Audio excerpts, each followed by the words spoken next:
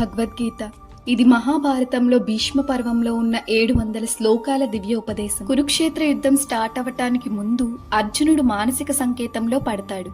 ఆ సందర్భంలో శ్రీకృష్ణుడు ఇచ్చిన ఆధ్యాత్మిక ఉపదేశమే భగవద్గీత. యుద్ధ భూమిలో రథం మధ్యలో కృష్ణుడు సారథిగా, అర్జునుడు యోధుడుగా, లైఫ్ బ్యాటిల్ ఫీల్డ్ ని సింబల్ గా చూపించే గ్రంథం ఇది. 18 అధ్యాయాలతో 700 శ్లోకాలు కలిగినది ఈ భగవద్గీత. కురుక్షేత్ర యుద్ధ భూమిలో ఒక యోధుడైన అర్జునుడు కన్ఫ్యూజన్, భయం, శోకంతో కూర్చున్నాడు.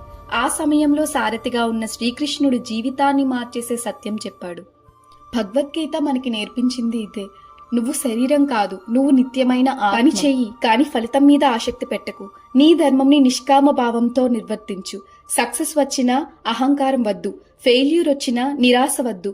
మైండ్ ని సమానత్వంతో ఉంచుకో. భక్తితో, నమ్మకంతో నీ జీవితాన్ని దైవానికి సమర్పించు. భగవద్గీత ఒక యుద్ధ కథ కాదు, అది మన మనసులో జరిగే యుద్ధం గురించి. అర్జునుడు మనల్ని ప్రతిబింబిస్తాడు, కృష్ణుడు మన అంతరాత్మ. లైఫ్ ని కరెక్ట్ వేలో లీడ్ చేయడానికి భగవద్గీత మన మార్గదర్శి.